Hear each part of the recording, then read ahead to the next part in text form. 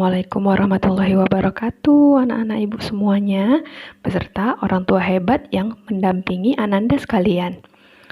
Pada hari ini, ibu perkenalkan dulu ya nama ibu. Nama ibu adalah Ibu Ratih Wulandari dan biasa dipanggil Ibu Ratih.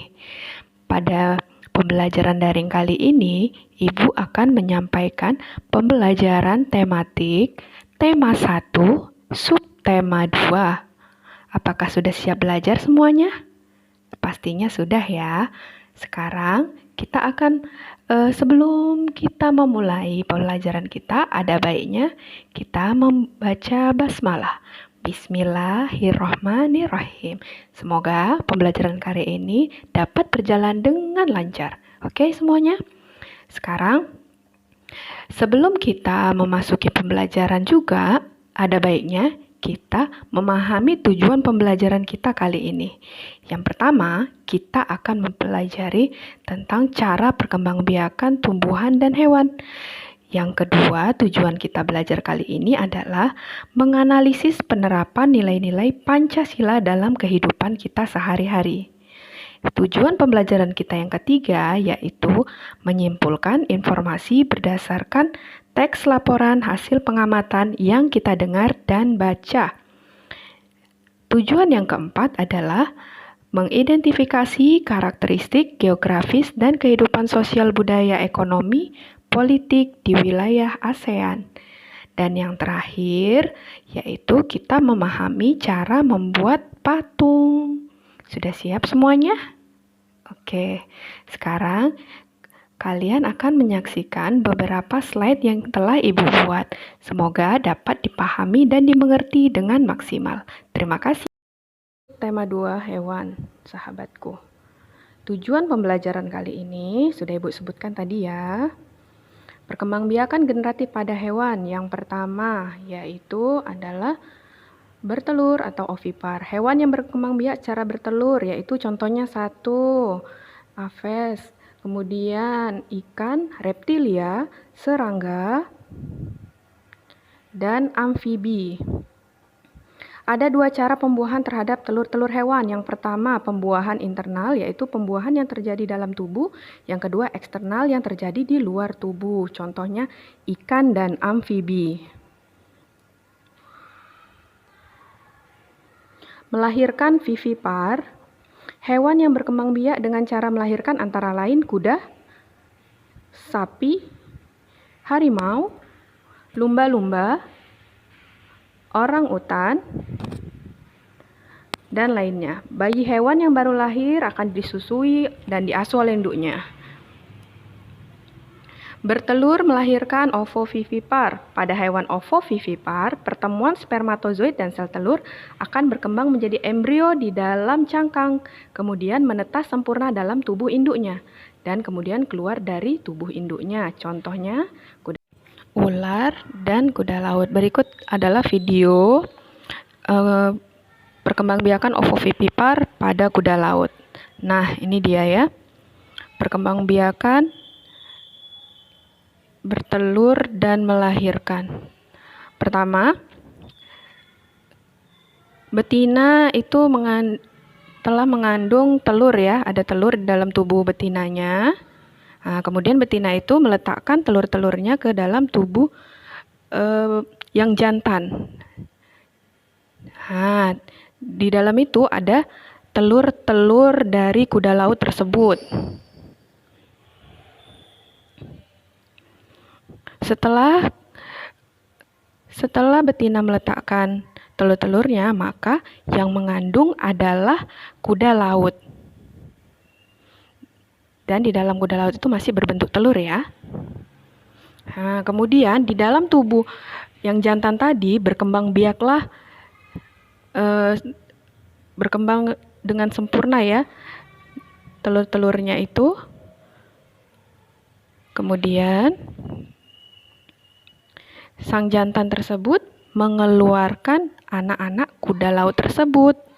Nah, jadi si betinanya tadi mengandung telur, kemudian meletakkannya kepada kuda laut yang jantan, kemudian yang jantan mengeluarkannya menjadi anak-anak kuda laut, sehingga dia bertelur dan melahirkan. Samaan dan perbedaan perkembangbiakan hewan. Letak embrio pada hewan. Hewan ovipar. Embrio hewan ovipar dilindungi oleh cangkang telur. Hewan vivipar. Embrio hewan vivipar berada dalam tubuh induk betina tetapi tidak dilindungi cangkang telur. Hewan ovovivipar. Embrio hewan ovovivipar tumbuh dan berkembang dalam telur yang berada dalam tubuh induk, kemudian telur menetas dan dikeluarkan dari tubuh induknya seperti melahirkan. Nah, persebaran hewan-hewan tersebut dipengaruhi oleh letak geografis. Kondisi geografis terhadap kehidupan ekonomi negara-negara ASEAN. Pertama, Indonesia, itu petanya. Keadaan geografis Indonesia.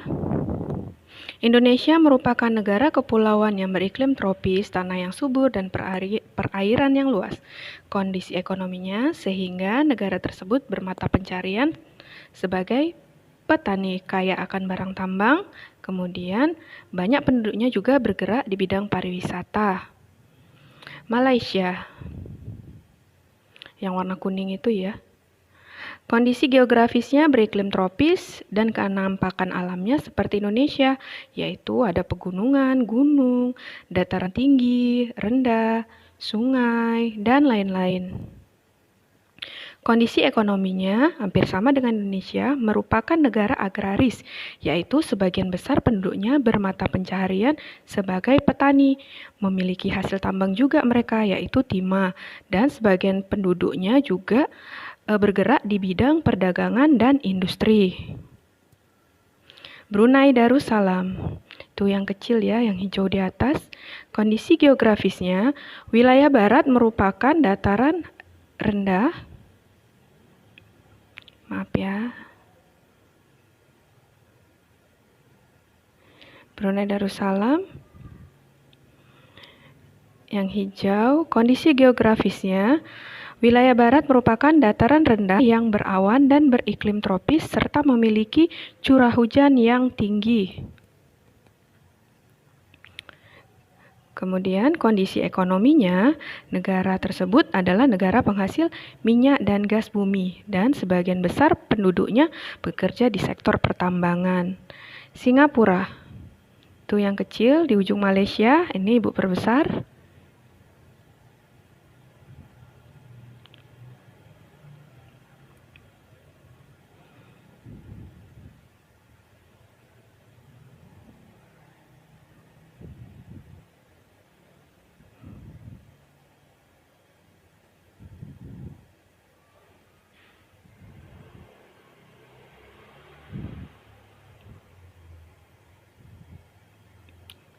Singapura. Kondisi geografisnya, wilayahnya yang kecil, sehingga seluruhnya adalah perkotaan, sehingga disebut juga negara kota. Sebagian wilayahnya merupakan dataran rendah. Kondisi ekonominya, penduduk Singapura bermata pencaharian di bidang jasa perbankan, perdagangan, perhubungan, perindustrian, dan pariwisata. Oke, selanjutnya Filipina. Itu peta Filipina yang di ujung sana di atas. Kondisi geografisnya merupakan negara kepulauan yang juga memiliki banyak pegunungan. Kondisi ekonominya merupakan negara agraris. Kemudian hasil pertanian utamanya adalah padi dan kelapa. Hasil tambang utamanya adalah kobalt, tembaga, dan juga emas. Thailand. Thailand itu ya yang putih. Kondisi geografis Thailand adalah daerah pegunungan, dataran tinggi, dan dataran rendah. Kondisi ekonominya merupakan negara agraris juga. Dan hasil pertanian utamanya adalah beras, sehingga disebut juga dengan lumbung beras di kawasan Asia Tenggara. Oke, selanjutnya Kamboja. Tuh ya, Kamboja diperbesar, yang hijau. Kondisi geografisnya, wilayah bagian tengah merupakan dataran besar, kemudian bagian tepinya dikelilingi oleh pegunungan. Kondisi ekonominya bermata pencaharian sebagai petani. Laos. Yang coklat tuh ya. Kondisi geografisnya tidak memiliki laut. 70% wilayah berupa pegunungan. Kondisi ekonominya, mata pencarian masyarakat adalah pertanian. Myanmar. Yang hijau, kondisi geografis adalah bentang alamnya memiliki 4 bagian, yaitu pegunungan utara, barat, rendah, dan plato. Kondisi ekonominya bermata pencarian sebagai petani, atau mereka bertani ya. Vietnam.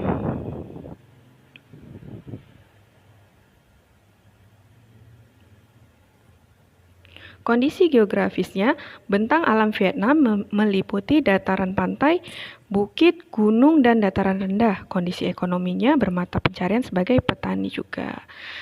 Menentukan isi laporan dan ide pokok serta membuat kesimpulan. Sekarang kita membuat isi laporan yang didengar. Laporan adalah tulisan yang dibuat berdasarkan hasil pengamatan secara langsung. Untuk memahami sebuah laporan, kita perlu mencermati isi laporan. Cara mencermatinya yaitu yang pertama adalah membacanya dulu secara seksama, kemudian menyimak isi laporan tersebut. Contoh laporan terdapat pada buku ya, bisa dilihat di bukunya. Ibu langsung ke ininya aja, informasi pentingnya, yaitu pada Februari 2016, BPS catat 31,74. Sekian. Menceritakan kembali informasi dalam laporan. Langkah-langkahnya 1, mencatat informasi penting, menyusun informasi menjadi paragraf yang padu sesuai dengan PUEBI.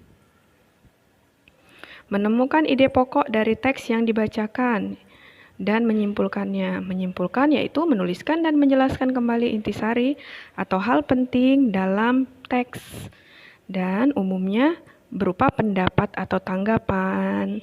Penerapan sila keempat Pancasila dalam kehidupan sehari-hari.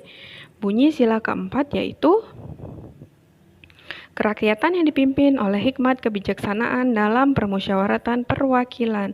Penerapannya dalam kehidupan sehari-hari yaitu contohnya 1, mengutamakan kepentingan negara dan masyarakat, tidak memaksakan kehendak, mengutamakan musyawarah dalam mengambil keputusan, dan keputusan musyawarah harus dilaksanakan dan dipertanggungjawabkan bersama. Contohnya adalah pemilihan ketua kelas. Membuat patung dengan teknik dan bahan tertentu. Pertama yaitu teknik membutsir, yaitu teknik membentuk bahan lunak seperti tanah liat atau lilin menjadi bentuk mainan, patung kecil atau bentuk tertentu berdasarkan daya cipta atau imajinasi. Yang kedua, teknik mencetak. Teknik mencetak merupakan pembuatan patung dengan menuangkan cairan ke bahan patung, seperti bubur kertas.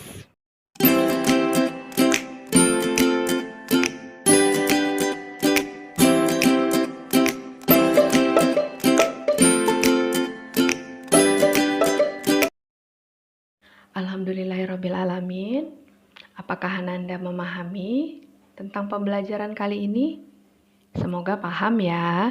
Jika ada yang kurang paham atau kurang dimengerti, bisa tanyakan langsung kepada Ibu ya. Kemudian pada pembelajaran kali ini, Ibu akan memberikan kamu beberapa tugas, yaitu yang pertama, yang kedua, yang ketiga, yang keempat, yang kelima. Nah, pada pembelajaran ini, Ibu berikan hanya 5 tugas saja. Oke? Semoga dapat dikerjakan dengan baik, sehingga nilai yang didapat juga lebih maksimal. Kemudian Ibu ingin mengingatkan kembali, ada baiknya ketika mengerjakan tugas, kalian tetap menuliskan Bismillah, kemudian tanggal dan hari, kemudian nama di lembaran atau di buku tugas kalian masing-masing. Dan tulisan harus rapi.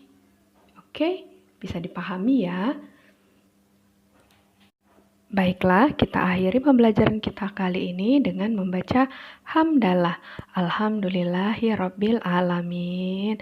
Semoga kita semua selalu diberikan kesehatan dari Allah Subhanahu wa taala sehingga kita dapat berjumpa kembali. Sampai jumpa di pembelajaran berikutnya anak-anak soleh dan solehah.